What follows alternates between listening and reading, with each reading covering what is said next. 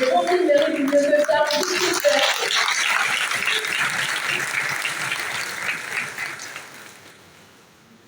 Ok, nous attendons un troisième panéliste, mais il va nous rejoindre après. On va commencer quand même les discussions avec les deux panélistes que nous avons déjà et j'en suis sûre, ils ont les éléments nécessaires pour nous apporter les réponses escomptées aux questions que nous avons ce matin.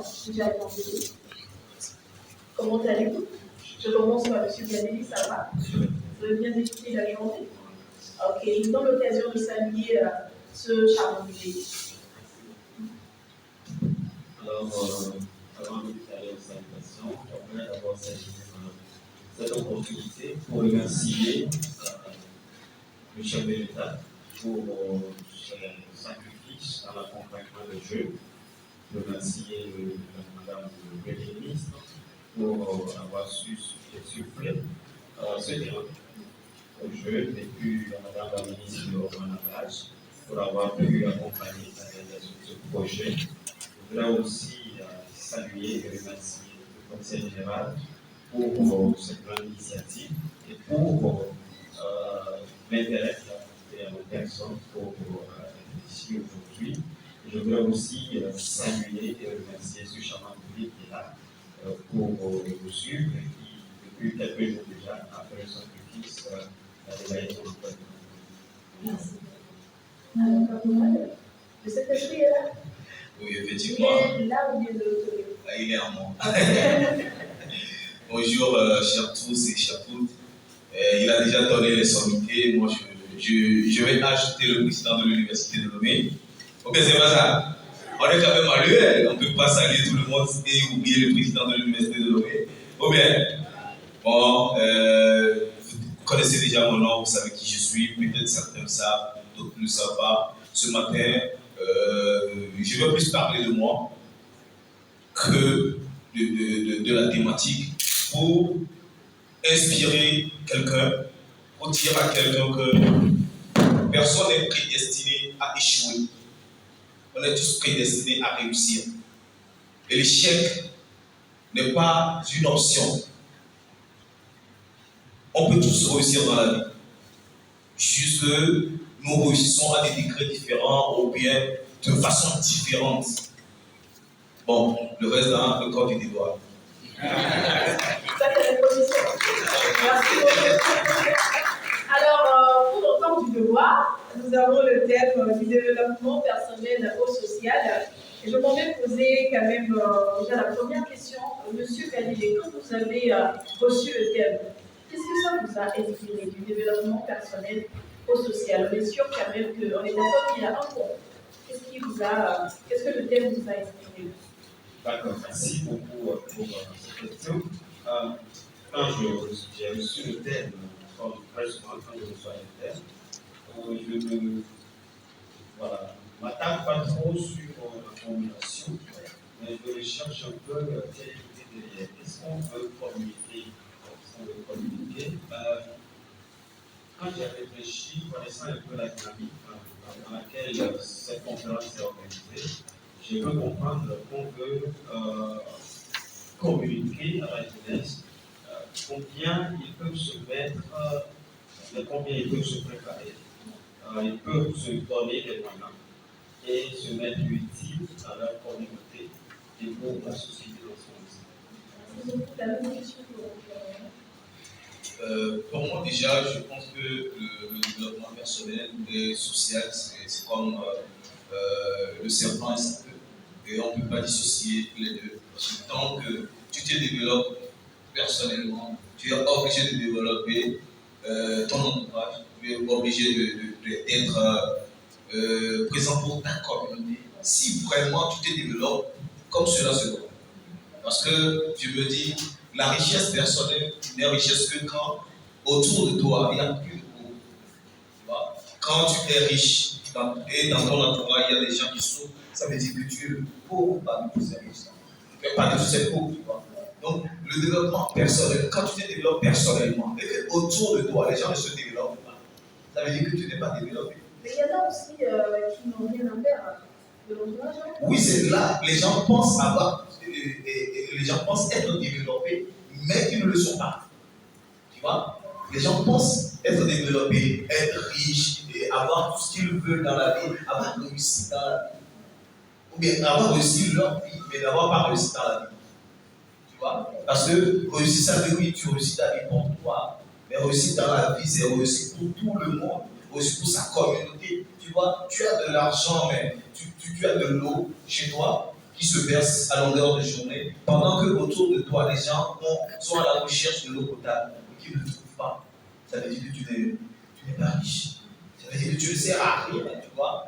Et le jour où tu auras un problème, personne du quartier, le jour où ta maison va prendre feu, les gens vont passer de l'autre côté et aller à leurs occupations. Mais celui qui n'a pas assez de moyens comme toi et qui permet au moins aux autres de trouver de l'eau potable, le jour où les gens ne vont pas le voir le matin, les gens iront cogner à sa porte pour savoir est-ce qu'il s'est revenu ce matin.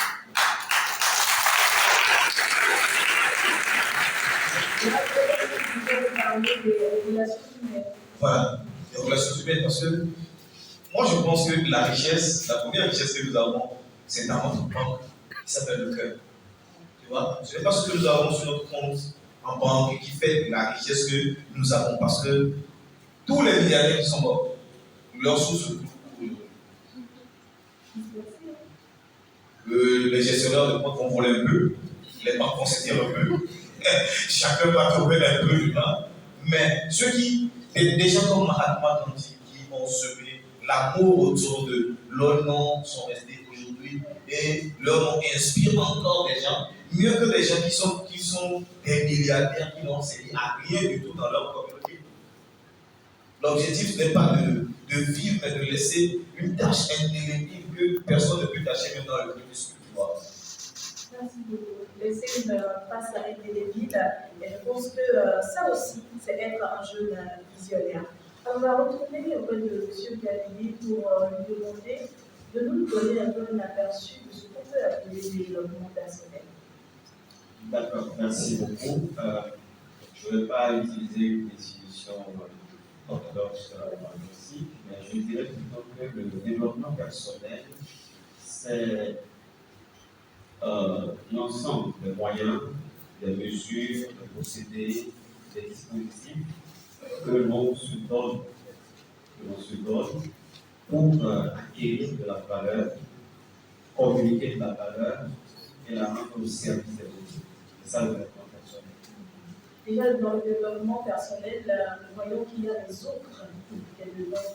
Nous devons aussi développer personnellement pour les autres, pas uniquement pour nous.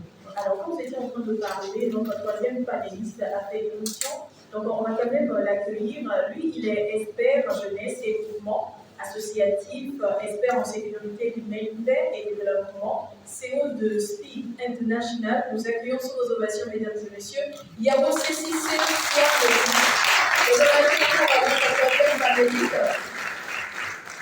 Il mérite plus que ça.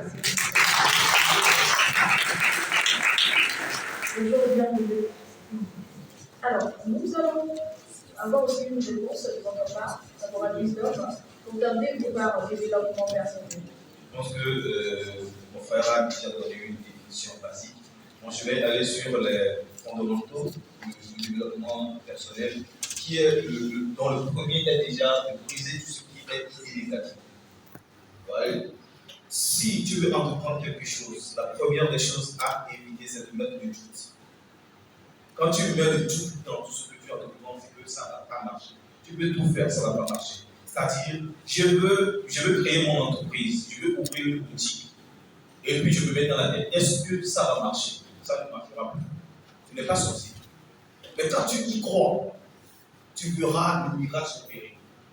Ça, c'est le premier. Le deuxième, c'est que il faut chercher sa voie et se fixer des objectifs. Chercher sa voie, c'est de savoir qui tu es. Qu'est-ce qui est bien pour toi et pour ton entourage? Ne pas suivre les gens parce qu'on dit qu'aujourd'hui, c'est ça qui marche. Donc, moi aussi, je dois faire ça pour que ça marche. Tout le monde me vend du pain.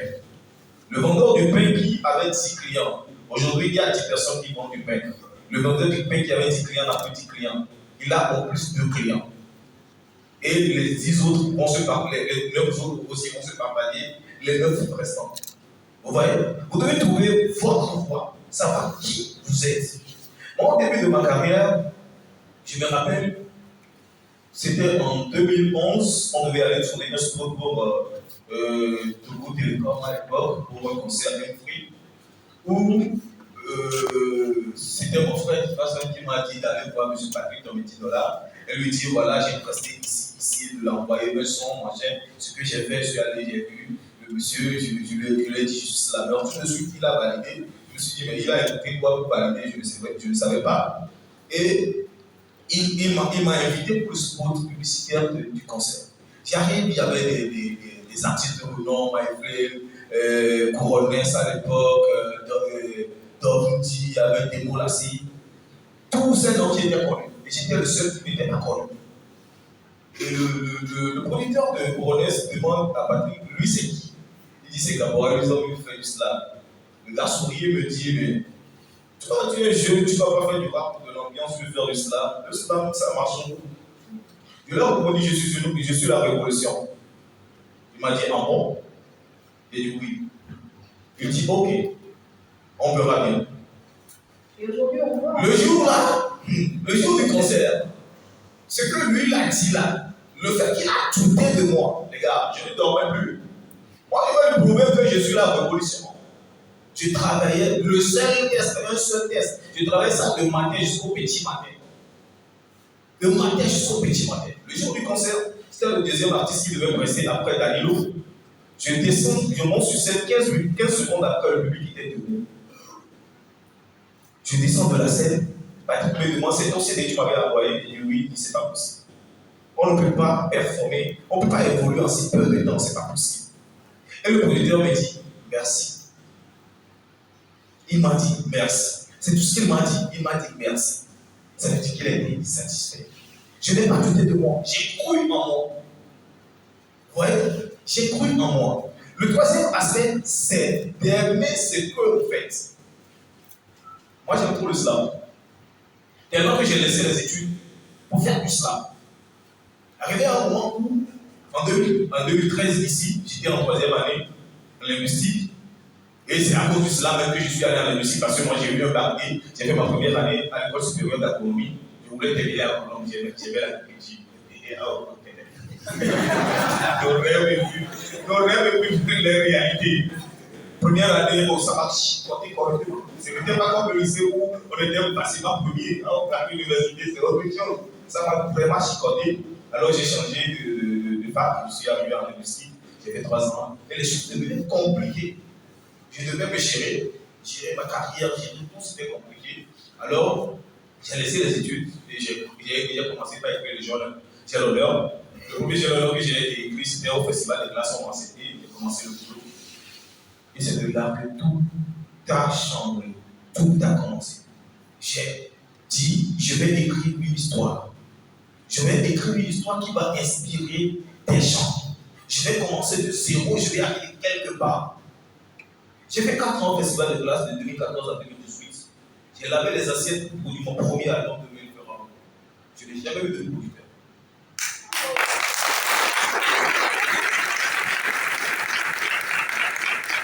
Je me restais devant le président de la République le matin. Le soir, j'allais laver les assiettes et essuyer le sol au festival de glace. Le directeur me demande, oh, tu t'es pas vu le matin avec le président? Il dit oui. Pourquoi tu es bizarre? Il doutait de moi. À un moment, il pensait que j'étais là pour l'espionner.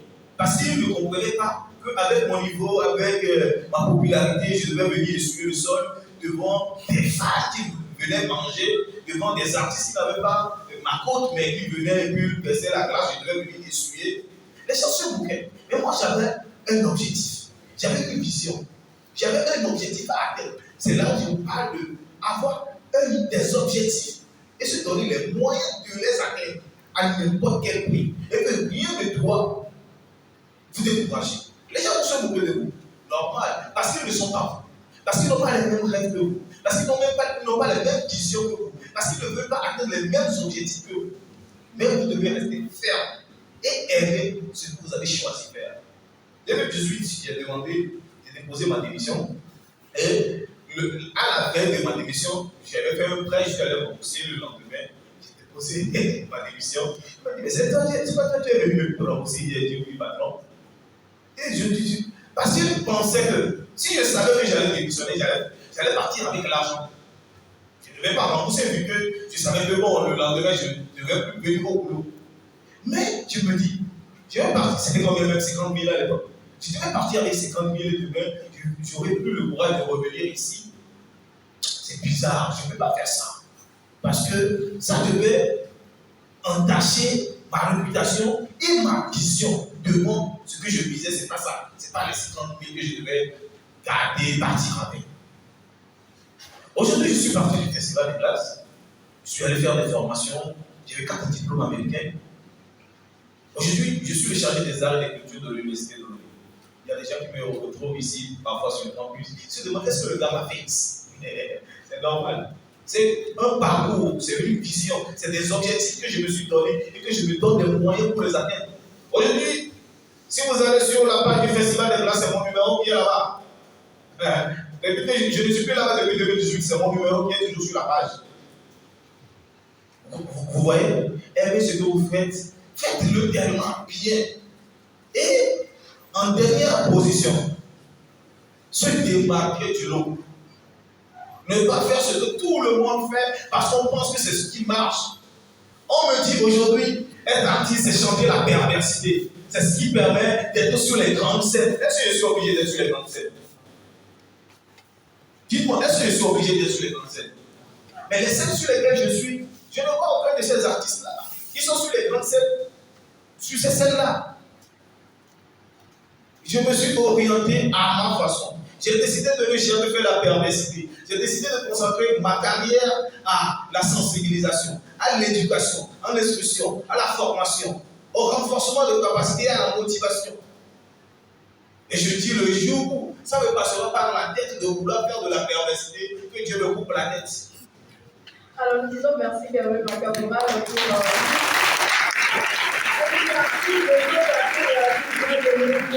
on va revenir avec vous. Alors je note quand même qu'il faut que nous fassions la différence, c'est nécessaire. Prenez votre voix et même si les gens se trouvent debout, un jour les mêmes personnes vont vous applaudir, c'est comme ça. Alors on va quand même avoir les premiers mots de notre troisième panéliste. Avant que vous le veniez, nous étions en train de parler du développement personnel. Donc les deux panélistes ont déjà donné leur avis par rapport au thème du développement personnel. Dites-nous, selon vous, qu'entendez-vous par développement personnel? Développement personnel, c'est quoi? Ok, d'accord, merci. Je m'excuse pour le retard. Une contingence assez personnelle. Le développement personnel. Bon, apparemment, c'est une question pour le champion, ça. Moi, je vais aller très court. Le vocable me dit, dans sa substance, ce que c'est. Cela me dit, je vais faire un schéma. Le développement, c'est quitter un point A et progresser vers un point B. Donc, quitter, les mathématiciens sont dans la salle. On quitte A, on va à B. C'est la géométrie. On quitte A, on va à B.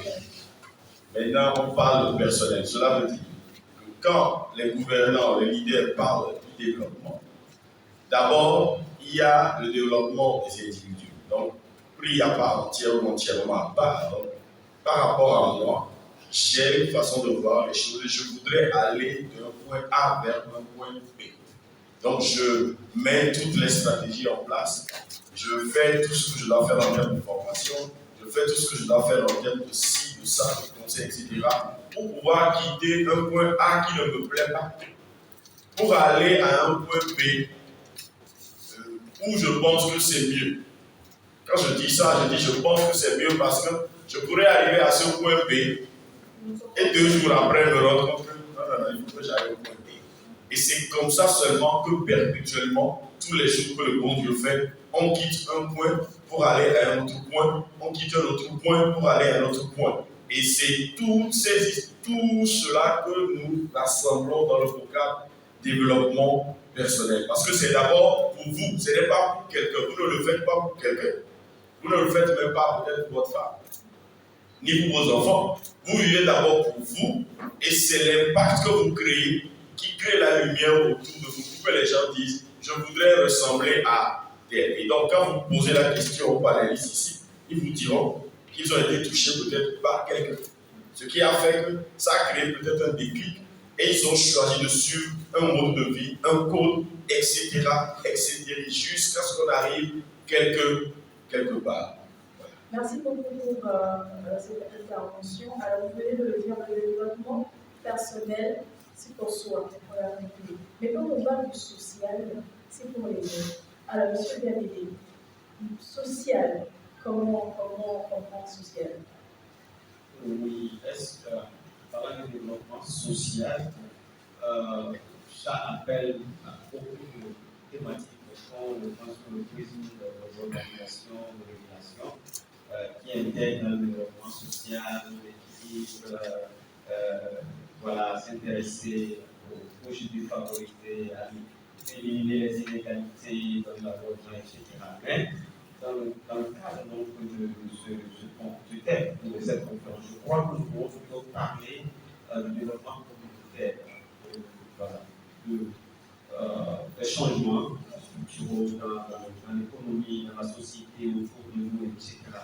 Et donc, faisant le lien avec le développement personnel, et j'ai aimé ce qu'il a dit tout à l'heure quand il faisait la référence à l'individu.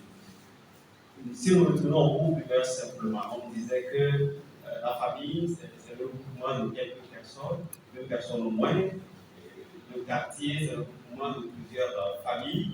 Le village, c'est le regroupement de plusieurs quartiers, etc. jusqu'à la nation. Donc, du coup, pour qu'on atteigne ce développement au niveau de la nation, de la communauté, il faut que les microcosmes, les types constituants de la société se développent. Qu'on puisse obtenir la grande figure maintenant qui fera un développement communautaire et social.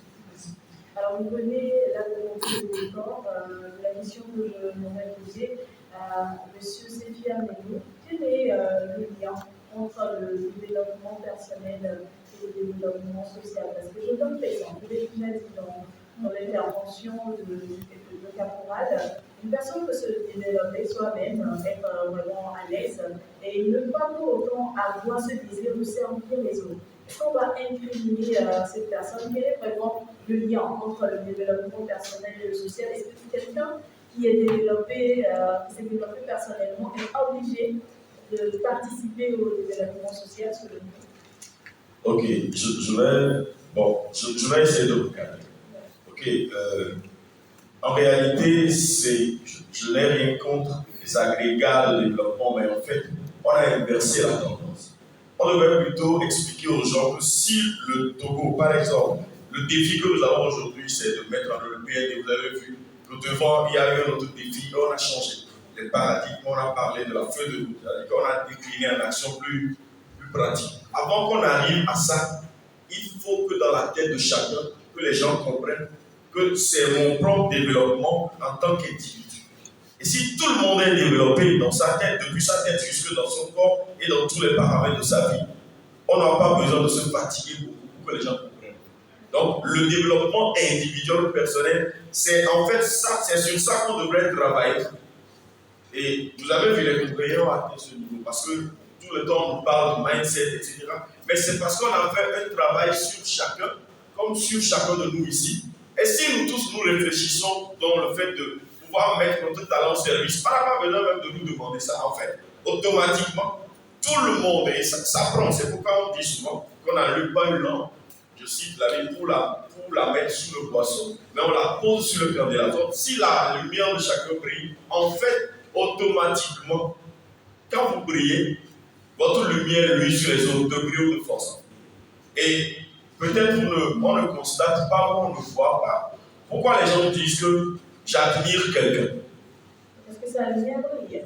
Même si la personne ne fait rien, vous avez l'impression qu'elle ne fait rien, mais elle agit déjà sur vous parce qu'elle crée le choc ou le déclic pour vous pousser à vous surpasser. Donc cela veut dire, la personne n'a pas besoin d'aller construire un WC, d'aller construire, je ne sais pas, une école, mais la personne est en train de vous impacter automatiquement. Ce qui va faire que demain, si vous arrivez à construire des écoles, en fait, en étant vraiment honnête, vous devez reconnaître qu'en fait, c'est en ayant observé tel individu qui, a priori, n'a rien fait. C'est elle qui a créé. Des fois, donc le lien est normalement automatique. C'est comme ça qu'on devait c'est comme ça qu'on devait nous expliquer le développement. Et qu'on devait expliquer ça depuis le bas âge pour que les gens comprennent que tu es A, tu es B, en fait, tu es un individu X, tu es un individu Y. Tes potentialités, ce n'est pas pour toi. Et normalement, ça doit servir. Et si tu arrives à créer le changement en toi, tu pourras automatiquement créer le changement. Vous avez vu de quelle façon Caporal Wisdom Respect parle avec conviction. Ça veut dire qu'il a fait un travail sur lui-même. Et quand il parle, vous pouvez tout faire. Vous comprenez ce dont je parle? Il parle avec son cœur parce que la meilleure partie avec laquelle on s'exprime, c'est son cœur. Et quand il dit, il est aujourd'hui mieux placé, même si vous ne le payez pas de l'argent, de vous dire, je suis passé par le feu. Et n'oubliez pas que l'or, pour être pur, passe toujours par le feu. Et maintenant, le lien intrinsèque qu'il y a, c'est qu'on ne peut pas les dissocier. Et moi, je suis spécialiste en sécurité humaine, et quand je parle de sécurité humaine, les gens vont penser déjà aux forces armées. Non. C'est le second nom du développement, en fait. Et la sécurité humaine, c'est de permettre aux gens de vivre à l'abri du besoin, de vivre à l'abri de la peur et de vivre dignement. Et vous voyez, quand vous prenez ces trois piliers, vous allez vous retrouver dans la Déclaration universelle des droits de l'homme.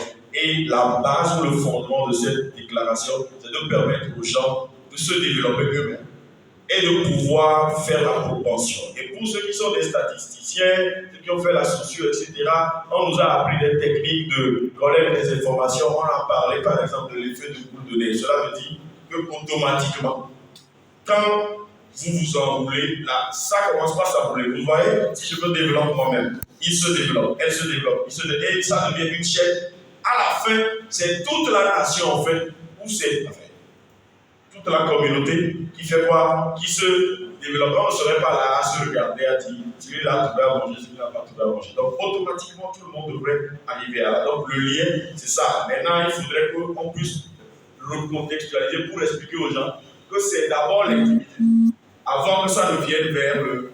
La preuve, c'est que nous naissons seuls. Même si nous vivons dans une société, nous sommes nés chacun, peut-être moi je suis né à Sokoté, peut-être lui est né à Kara, peut-être qu'avoir vous aurez né, je ne sais pas, à Philo, peut-être vous êtes né à Mango, mais vous voyez que nous sommes assis ici. Donc ça veut dire que malgré nos diversités, malgré nos individualités d'abord, et c'est ça qui fait la richesse de ce panel par exemple, parce que j'ai mon histoire, il a son histoire, vous avez votre histoire, et Caporal Wisdom a son histoire. Mais ce sont toutes ces histoires prises individuellement. Vous voyez le développement personnel, qui feront que nous allons partager avec vous des choses qui vont vous permettre de pouvoir changer votre façon de penser ou de votre façon de réfléchir, de votre façon d'être. Nous sommes dans le développement social. Les observations bien nommées quand même. Vous pouvez continuer. Très bien. Alors, on va revenir dans quelques instants. Alors, je vais quand même demander à M. Galilée de nous dire. Nous sommes en train de parler de développement personnel. Et peut-être que pour quelqu'un en développement personnel, s'il est arrivé à un travail, se nourrir, se vêtir. Mais dites-nous, à quel moment on peut se dire que oui, là où je me suis développé personnellement? Est-ce que c'est dès l'instant où on voit que ce qu'on fait sert aux autres, ou bien tout simplement si c'est limité à notre niveau? À quel moment on peut quand même se dire que oui, on s'est développé personnellement? Ok, merci beaucoup. Je crois pour la deuxième partie de votre question. Il a répondu tout à l'heure de manière en disant que ce n'est pas que tu vas t'asseoir pour bien bloquer, ça vient automatiquement. Quand tu atteins ce niveau-là, ça vient automatiquement. Mais au moins, bon, ok, peut-être par rapport au métier qui est chaque jour, nous devons être dans une optique d'amélioration continue. On n'arrête jamais de développer. Il n'y a pas un niveau où il va être ok, il y a un niveau optimal où nous le sommes. Non. On va continuellement se développer. Puisqu'il a dit aussi, c'est un point A qui peut-être ne nous plaît pas, ou bien te plaire, ça peut même te plaire. Et ça, on appelle la zone de confort. Mais tu vas te fatiguer pour aller encore vers le. Mais il y a des risques. Oui, si l'opportunité était donnée de venir sur le client personnel, nous allons parler des risques. Pas le risque de quitter sa zone de confort. Alors, je disais que c'est quitter un point A qui nous plaît ou ne nous plaît pas, et aller vers un autre point que nous